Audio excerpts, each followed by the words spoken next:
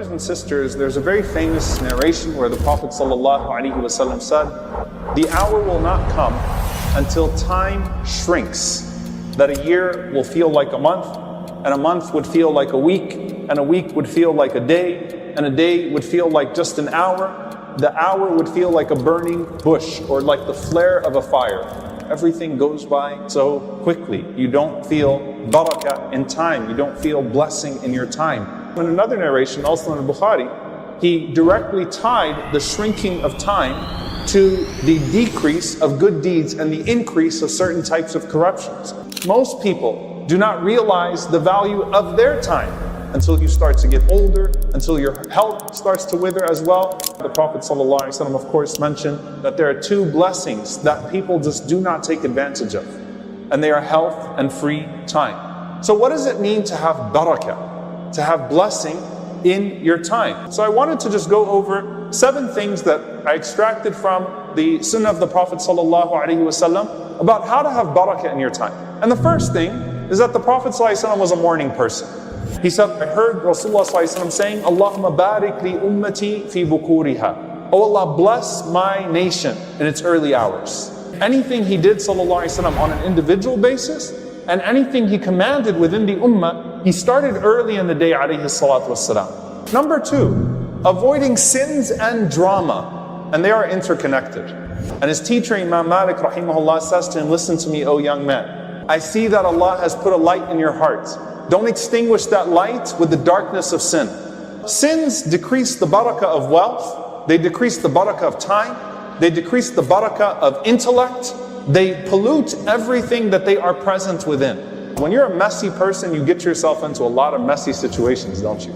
And so you only have a certain amount of head space, and a certain amount of heart space, and a certain amount of time space. And if you occupy that with sins and the consequences of sins, the messiness of sins, then naturally that's going to paralyze you from being able to be productive with your time. The third thing, spending time with your family. I can't find time to spend with my family. I can find time to do all this other stuff, but I can't find time to spend with my family. Whoever wants to be granted more wealth and have their life extended, then let them keep a good relationship with their family ties. The fourth thing, acts of gratitude. Allah Azza wa Jalla says, وَلَئِن شَكَرْتُمْ لَأَزِيدَنَّكُمْ. If you are grateful, I will increase you. What does it mean to be grateful with your health? Sadaqah is a means of gratitude with wealth. It increases your wealth. Allah extended the years of Dawood alayhi salam. اِعْمَلُوا آلَ دَاوُودَ شُكْرًا. Who worked acts of gratitude, and it extends his life alayhi salam.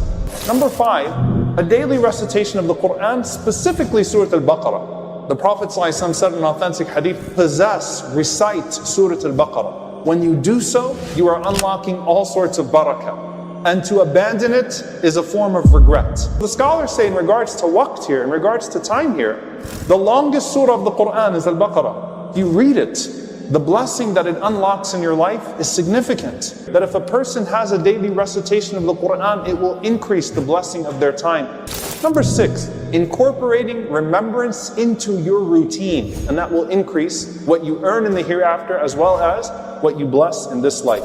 The last thing, dear brothers and sisters, keep the company of productive people. One of my favorite stories of a young man who had a vision. It was very traumatic for him when the Prophet ﷺ passed away, but he also had an eye, and he had a heart that was looking for the pleasure of Allah. So when everyone came back to Medina, after the death of the Prophet ﷺ, all these Sahaba that had gone on journeys were all there in Medina, tells his friend, 13-year-old friend, 13-year-old Ibn Abbas, he says, hey, the Ashab, the companions of the Prophet ﷺ are everywhere today. Let's go seek knowledge from them.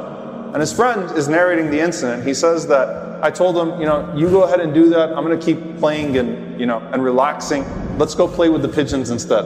Ibn Abbas radiallahu anhuma says, فَتَرَكْتُهُ. He said, I let him go, I left him. I went and I started to sleep on the doorsteps of the companions of the Prophet ﷺ, collect a hadith, collect fiqh, their knowledge, their jurisprudence. Years later, they've grown up, and that man is walking by, and he's still playing with the pigeons as an adult. And Ibn Abbas radiallahu anhuma's house has become the first university in the history of Islam. He's saying, that young man knew better than I did. He got it. It clicked. Keep the company of productive people.